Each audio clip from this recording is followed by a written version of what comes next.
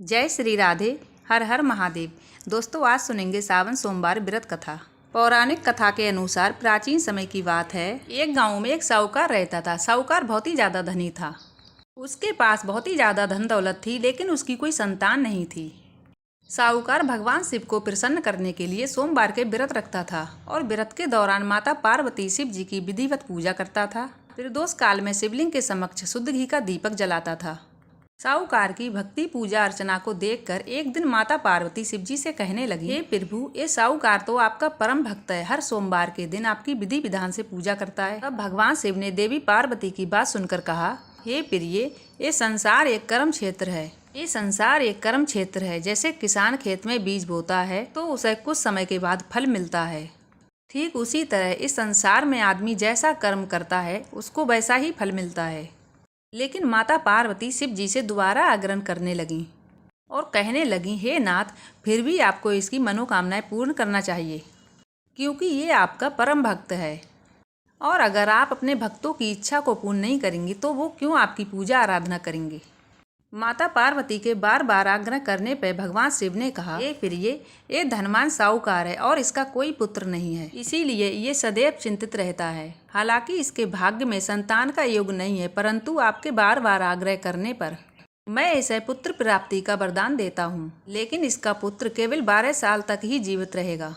मैं इससे ज्यादा कुछ नहीं कर सकता हूँ। फिर एक रात भगवान शिव ने साहूकार को सपने में दर्शन दिए और उससे कहने लगे, उसे जल्द ही पुत्र की प्राप्ति होगी, लेकिन उसका पुत्र दीर्घायु नहीं, केवल 12 साल तक ही जीवित रहेगा। यह बात सुनकर साहूकार को ना तो प्रसन्नता हुई ना ज्यादा दुखी हुआ। सपने में साहूकार ने सब बात जानने के बाद भी पूजा अर्चना जारी रखी और कुछ समय के बाद साहूकार की पत्नी गर्भवती हो गई और उसने एक सुंदर बालक को जन्म दिया।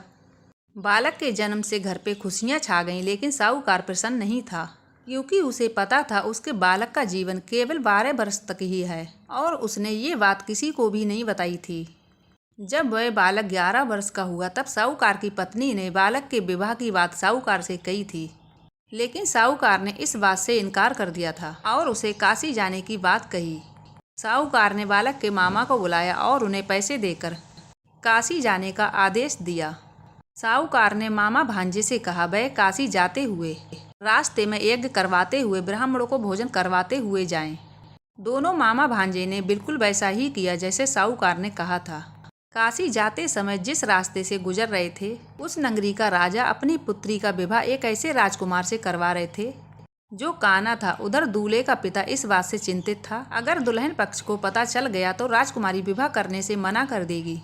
इसीलिए उसने जब साहूकार के पुत्र को देखा तो उसने सोचा, मैं अपने बालक के स्थान पर तोरण के समय इस बालक को बिठा दूंगा और दुल्हन के पक्ष वालों को पता भी नहीं चलेगा।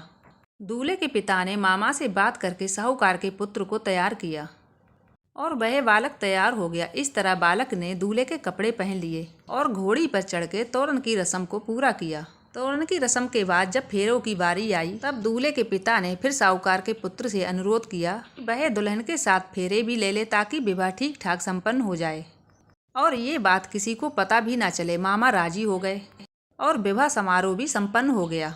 विवाह संपन्न होने के बाद दोनों मामा भांजे काशी के लिए प्रस्थान कर गए, परंतु साहूकार के पुत्र ने दुल्हन की चुंदरी पर लिख दिया कि तुम्हारा विवाह मुझसे हुआ है, परंतु तुम जिसके साथ विदा की जाओगी वह एक आंख वाला आदमी है और मैं काशी शिक्षा ग्रहण करने जा रहा हूँ।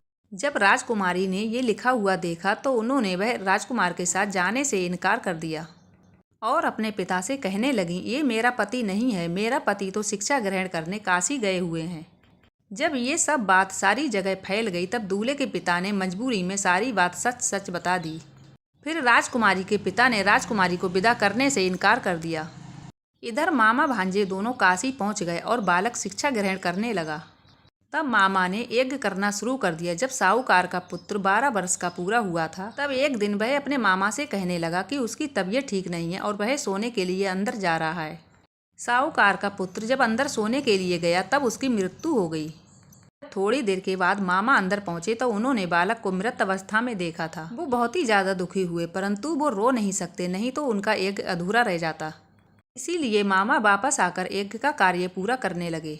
यज्ञ को पूरा करने के बाद और ब्राह्मणों को भोजन कराने के बाद मामा अपने मृत भांजे को देखकर विलाप करके रोने लगे। ठीक उसी समय उसी मार्ग से भगवान शिव माता पार्वती जा रहे थे। जब माता पार्वती ने किसी की रोने की आवाज़ सुनी तो वह भगवान शिव से कहने लगीं, हे प्रभु, कोई मनुष्य रो रहा है, चलिए उसके दुख को दूर करते हैं। तब भगवान शिव माता पार्वती मामा के पास गए और उन्होंने जब मृत बालक को देखा तब हैरान रह गए, क्योंकि वह बालक भगवान शिव के आशीर्वाद से जन्मा साहूकार का पुत्र था। तब माता पार्वती कहने लगी, हे नाथ, यह तो साहूकार का पुत्र है, जिसे आपने केवल 12 वर्ष तक जीवन जीने का वरदान दिया था। इसीलिए आज 12 वर्ष की आयु पूरे होने पर वह मृत्यु लोक को चला गया। जब देवी पार्वती ने मृत बालक को देखा तब उनको दया आ गई और भगवान शिव से हाथ जोड़कर बार बार आग्रह करने लगी, हे प्रभु, आप सिर्फ एक बार इस बालक को जीवन दान दे दीजिए, वरना इसके माता पिता जीते जी मर जाएंगे। माता पार्वती के बार बार आग्रह करने पर भगवान शिव ने उनकी बात मान ली और उस बालक को जीवन दान दे दिया। फिर साहूकार का पुत्र जीवित हो गया और मामा भांजे अपने घर की ओर प्रस्थान कर गए। रास्ते में साहूकार का पुत्र उसी शहर से गुजरा जहां उसका विवाह हुआ था। दुल्हन के पिता ने बालक को पहचान लिया और मामा भांजे को लेकर महल में आ गए। फिर दुल्हन के पिता ने एक समारोह किया और अपनी पुत्री को धूमधाम से साहूकार के पुत्र के साथ भेज दिया। उधर जब साहूकार का बालक अपनी पत्नी के साथ घर वापस पहुंचा तब उसके माता पिता छत पर बैठे हुए थे। वह सोच रहे थे कि उनका पुत्र सही सलामत घर वापस नहीं आया तो वह छत से कूदकर अपनी जान दे देंगे।